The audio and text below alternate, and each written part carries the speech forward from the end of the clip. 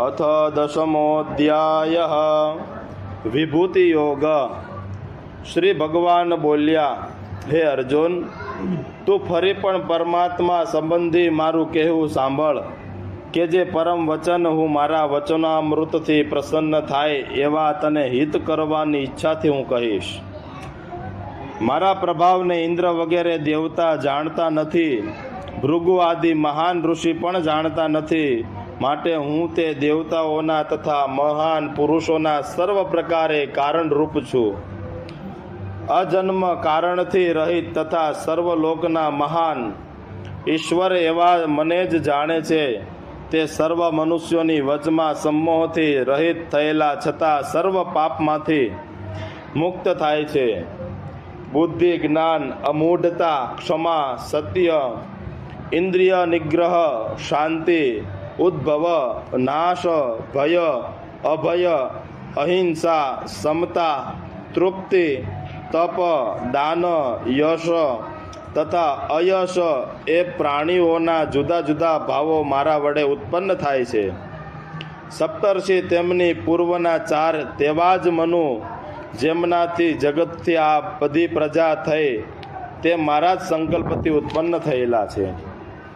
જે મારી આ વિભૂતિને તથા યોગને યથાવત જાણે છે તે અચલ સમતાને પામે છે, એમાં સંશય નથી. હું બધાની ઉત્પત્તિનો કારણરૂપ છું તથા બધું મારાથી જ પ્રવૃત્ત થાય છે. આમ માની બુદ્ધિમાન લોક ભાવપૂર્વક મને ભજે છે. જેમનું ચિત્ત મારે વિશે છે, જેમનો પ્રાણ મને પ્રાપ્ત થયો છે, પરસ્પર મારું જ બોધન છે તથા નિત્ય કથન કરે છે, એવી રીતે મારો ભક્ત સંતોષને પામે છે તથા સુખનો અનુભવ કરે છે. મારા વિશે તન્મય રહેવાર તથા પ્રીતિપૂર્વક મારું ભજન કરનાર ભક્તજનને હું જ્ઞાન આપું છું, જેથી તેઓ મને પામે છે. એમ મને પ્રેમપૂર્વક ભજતા મારામાં સતત યુક્ત રહેનારા તેઓને હું એવો બુદ્ધિયોગ આપું છું કે જેથી તેઓ મને પામે છે. તે ભક્તજનોના અનુગ્રહ અર્થે તેના હૃદયમાં રહેલા છતાં હું બ્રહ્મ અભાસયુક્ત વૃત્તિ જ્ઞાનરૂપ દીપકે કરી તેઓના અજ્ઞાનરૂપ અંધકારનો નાશ કરું છું.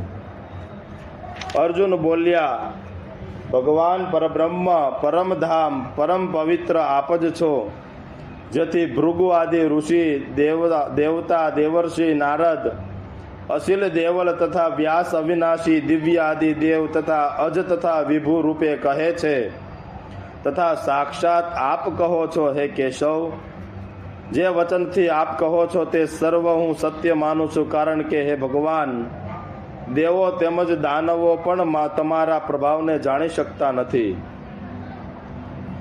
હે પુરુષોત્તમ ભગવાન, હે ભૂત ભાવન, હે ભૂતેશ, હે દેવાધિદેવ, હે જગતપતિ, તમે પોતે જ વડે પોતાને જાણો છો. હે ભગવાન, જે વિભૂતિઓ વડે આ સર્વલોકને તમે વ્યાપી રહેલા છો, તે દિવ્ય વિભૂતિઓને કૃપા કરી પૂરેપૂરી કહો. હે યોગી, હું હંમેશા કઈ વિભૂતિઓથી તમારું ચિંતન કરું તો તમને જાણું. મને મારે વિભૂતિ રૂપે વિચાર કરવા યોગ્ય કયા કયા રૂપે તમને પ્રાર્થવા. હે જનાર્દન, તમારી શક્તિ અને તમારી વિભૂતિઓનું વર્ણન મારી પાસે વિસ્તારથી ફરીથી કર. તમારી અમૃતમય વાણીને સાંભળતા હું કદી પણ ધરાતો જ નથી. હે કુરુશ્રેષ્ઠ, હું મારી મુખ્ય દિવ્ય વિભૂતિઓ તને કહીશ, પણ મારા વિસ્તારનો અંત છે જ નહીં. હે ગુડાકેશ, હું બધા પ્રાણીઓના અંતઃકરણમાં સર્વજ્ઞત્વ, સર્વશક્તિત્વ આદિ ગુણ વડે રહેલા આત્મા છું, તેમજ સર્વ પ્રાણીઓની ઉત્પત્તિ, સ્થિતિ અને લય કરનાર પણ હું જ છું. હે અર્જુન, આદિત્યોમાં વિષ્ણુ છું, પ્રકાશ પદાર્થોમાં વિશ્વવ્યાપક કિરણવાળો સૂર્ય હું જ છું. આવહ, પ્રવહ, ઉદહ અને સંવહ એ 7 વાયુ ગુણોમાં હું મરીચ નામનો વાયુ છું. નક્ષત્રોમાં હું ચંદ્ર છું. વેદોમાં હું સામવેદ છું. દેવતાઓમાં ઇન્દ્ર છું. ઇન્દ્રિયોમાં હું મન છું અને પ્રાણીઓમાં હું ચેતન શક્તિ છું. રુદ્રમાં હું શંકર છું, રાક્ષસોમાં હું કુબેર છું, ને વસુમાં હું અગ્નિ છું, પર્વતોમાં હું મેરુ પર્વત છું. હે પાર્થ, પુરોહિતોમાં હું મુખ્ય બૃહસ્પતિ છું, દેવના સેનાપતિઓમાં હું કાર્તિક સ્વામી છું, અને સરોવરમાં હું સાગર છું. મહર્ષિઓમાં હું ભૃગુ છું, વાણીઓમાં હું એક જ અક્ષર રૂપ એટલે ઓમકાર છું. શ્રોત અને સ્માર્ત યજ્ઞમાં જપ યજ્ઞ હું જ છું, અને સ્થાવરોમાં હિમાલય પણ હું જ છું. સર્વ વૃક્ષોમાં પીપળો હું છું, દેવર્ષિઓમાં નારદ છું, ગંધર્વોમાં ચિત્રરથ છું, તથા સિદ્ધોમાં કપિલ મુનિ હું છું. ઘોડાઓમાં અમૃત મંથન વખતે સમુદ્રમાંથી ઉત્પન્ન થયેલા ઉચ્ચૈ શ્રવા નામનો મારી વિભૂતિ જાણજે. સર્વ હાથીઓમાં ઐરાવત હાથીને મારી વિભૂતિ જાણજે, અને સર્વ મનુષ્યોમાં મને રાજા જાણજે. હથિયારોમાં હું વજ્ર છું, ગાયોમાં હું કામના પૂરનારી કામધેનુ ગાય છું, અને સર્વ પ્રજાને ઉત્પન્ન કરનાર હું કામદેવ દેવ છું. સર્પ માત્રમાં હું વાસુકી નામનો સર્પ છું. ઝેર રહિત નાગોમાં શેષનાગ હું છું. જળચરોમાં હું વરુણ હું છું, પિતૃઓમાં હું અર્યમાં હું છું, અને શિક્ષા આપીને નિયમોમાં રાખનારામાં પણ હું યમરાજ છું. દૈત્યોમાં હું પ્રહલાદ છું, ગણના કરનારોમાં હું કાળ સ્વરૂપ છું, પક્ષીઓમાં હું સિંહ છું, પશીઓમાં માત્ર છું, અને પક્ષીઓમાં પણ ગરુડ છું. પાવન કરનારોમાં હું પવન છું, ક્ષત્રધારીઓમાં હું પરશુરામ છું, મત્સ્યોમાં હું મગરમચ્છ છું, તથા નદીઓમાં હું ગંગા છું. હે અર્જુન, સૃષ્ટિનો આદિ મધ્ય અંત હું જ છું. વિદ્યાઓમાં હું આધ્યાત્મ વિદ્યા હું છું, વિવાદ કરનારોમાં વાદ પણ હું જ છું.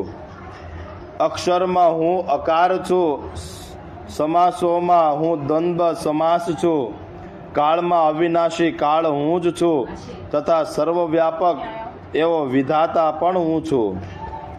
સર્વના સંહાર કરનાર મૃત્યુ હું જ છું, ભવિષ્યમાં ઉત્પન્ન થનારું ઉત્પત્તિ કારણ સ્વરૂપ છું. નારીઓમાં નામનો કીર્તિ, લક્ષ્મી, વાણી, સ્મૃતિ, મેધા, ધૃતિ અને ક્ષમા પણ હું જ છું.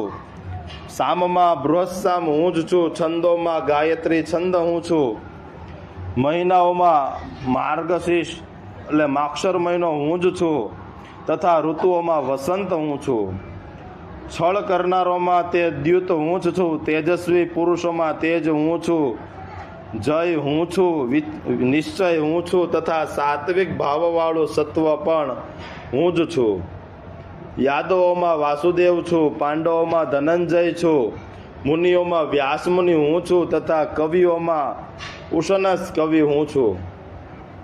રાજ્યકર્તાઓનો દંડ હું જ છું, વિજયેચ્છુ મનુષ્યોની નીતિ હું છું. ગુહ્ય વાતોમાં મૌન હું છું, તત્વજ્ઞાનીઓનો જે જ્ઞાન છે તે પણ હું જ છું. સ્થાવર તથા જંગમમાં એવો કોઈ પણ પદાર્થ નથી કે જે મારા વિનાનો હોય. માટે હે અર્જુન, સર્વ પ્રાણીઓનું જે કંઈ કારણ તે હું જ છું. હે પરંતપ, મારી દિવ્ય વિભૂતિઓનો અંત નથી, તેથી વિભૂતિઓના વિસ્તાર મેં તને ટૂંકમાં કહ્યો. જે કંઈ પણ વિભૂતિવાન, સંપત્તિ અને પ્રભાવશાળી વસ્તુ માત્રને તારે મારા તેજને અંશમાંથી ઉત્પન્ન થયેલી જાણવી, અથવા હે અર્જુન, જુદી જુદી વસ્તુઓમાં રહેલા મને ભિન્ન ભિન્ન રૂપે જાણવાવાળું તને શું પ્રયોજન છે? હું આ જગતને એક અંશ વડે ધારણ કરીને રહેલો છું. ઇતિ શ્રીમદ ભગવદ્ ગીતાયામ ઉપનિષત્સુ બ્રહ્મ વિદ્યાયામ યોગશાસ્ત્રે શ્રી કૃષ્ણ અર્જુન સંવાદે વિભૂતિ યોગ નામ દશમોધ્યાય.